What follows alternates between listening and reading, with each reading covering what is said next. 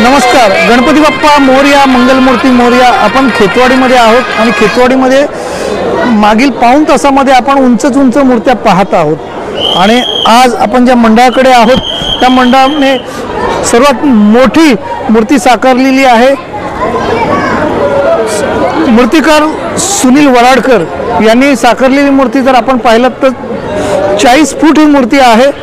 मूर्तीची संकल्पना नेमकी काय आपण शिल्पपटवाताईकडून जाणून घेतो. ताई समोर या.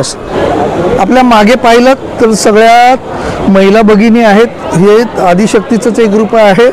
ऐगिरी नंदिनी नंदित मेदिनी विश्व विनोदिनी नंदिनुते गिरिवर विंदी शिरोदिनी वासिनी विष्णु विलासिनी जिष्णुनुते भगवती हे शितिकंठ कुटुंबिनी भूरी कृते जय जय हे महिषासुर मर्दिनी रम्य कपरदिनी शैलसुते.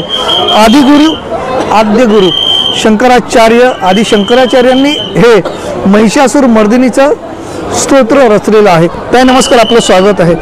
यावर्षी आपल्या गणपतीची नेमकी संकल्पना काय आहे आणि एवढ्या अवाढव्य मूर्ती साकारण्यामागे नेमका काय उद्देश आहे? यंदाचं हे जे आमचं स्वरूप आहे ते गणपतीचं स्वरूप आहे. हे गणपतीचं मूळ स्वरूप आहे. हे जे स्वरूप आहे ह्या स्वरूपाचं नाव आहे स्वानंद देशाय.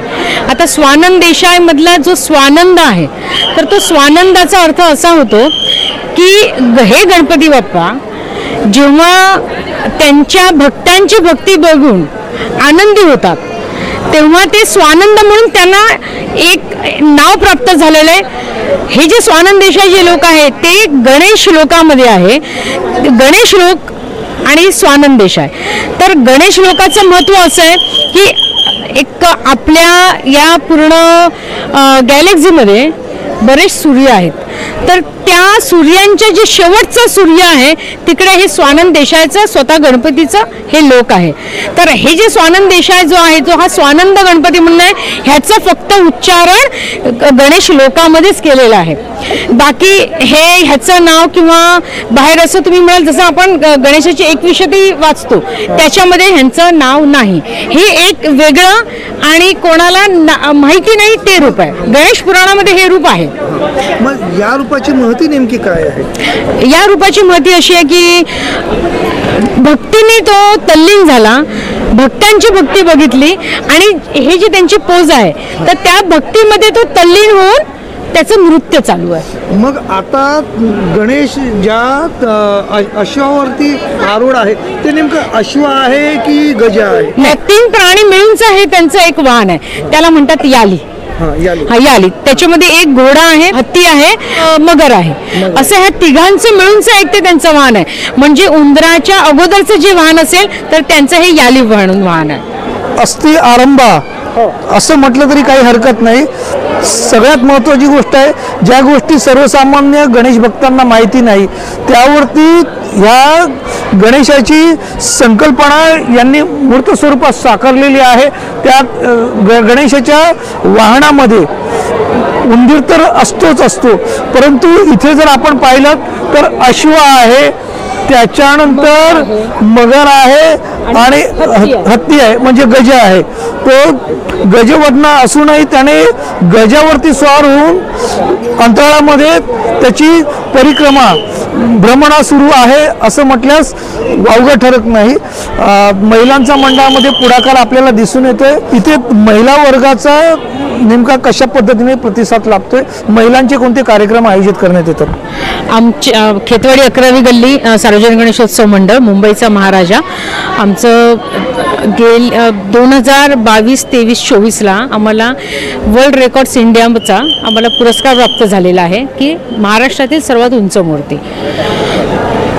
आमच्या मंडळामध्ये महिलांचा सहभाग पुरुषां एवढाच आहे.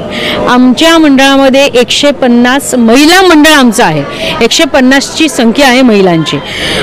ह्या 10 दिवसाच्या गणेशोत्सवामध्ये आमच्या हळदी कुंकाचा कार्यक्रम होतो. रोज अथर्व शीर्ष इथे पठण केलं जातं. रोजचे 11 पाठ अथर्व शीर्षाचे होतात. त्याच्यानंतर इस्कॉन मंदिरमधून हरे कृष्णाचं पण इथे येऊन त्यांचं संगीत असतं, त्यांचं कीर्तन असतं आणि सत्यनारायणाची पूजा असते. ब्लड डोनेशन कॅम्प आपण घेतो. त्याच्यानंतर मेडिकल कॅम्प पण आपण घेतो आणखीन बाकी जे आपल्याकडे सिनियर सिटीजन्स आहेत तर त्या सिनियर सिटीजनना लाईनमध्ये उभं राहावं लागत नाही. सिनियर सिटीजन दिसला का आमचे सेवक आमचे कार्यकर्ते जाणार त्यांना त्यांचा हात धरणार आणि आतमध्ये आणणार. का तर मंडळ मोठं असल्या कारणाने सर्वात मोठी मूर्ती असल्या कारणाने बरीच गर्दी होते. तर म्हाताऱ्या माणसांना सुद्धा एक त्याचं आकर्षण आहे की उंच मूर्ती बघावी.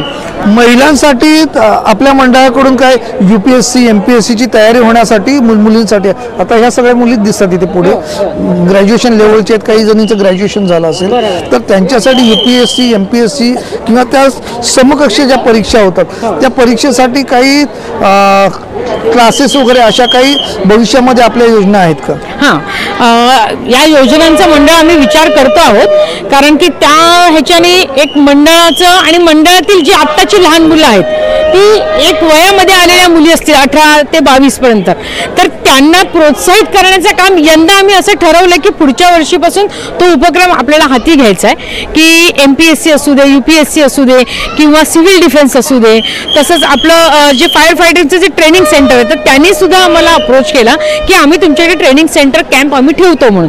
तर म्हटलं की चालेल आम्हाला काही हरकत नाही. म्हणजे आपला जो आमच्या मंडळातला पर्टिक्युलरली महिलांचा जो सहभाग आहे आणि जी एक एज्युकेशनची जी एक वरचा जो स्तर गाठायचा आहे तो आत्तापासून आम्ही त्यांना ह्यांची सवय लावणार आहोत.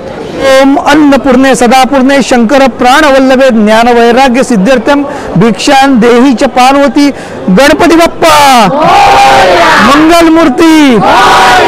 मुंबईच्या महाराजाचा मुंबईच्या महाराजाचा मुंबईच्या महाराजाचा भारत माता की भारत माता की वंदे वंदे. थँक्यू.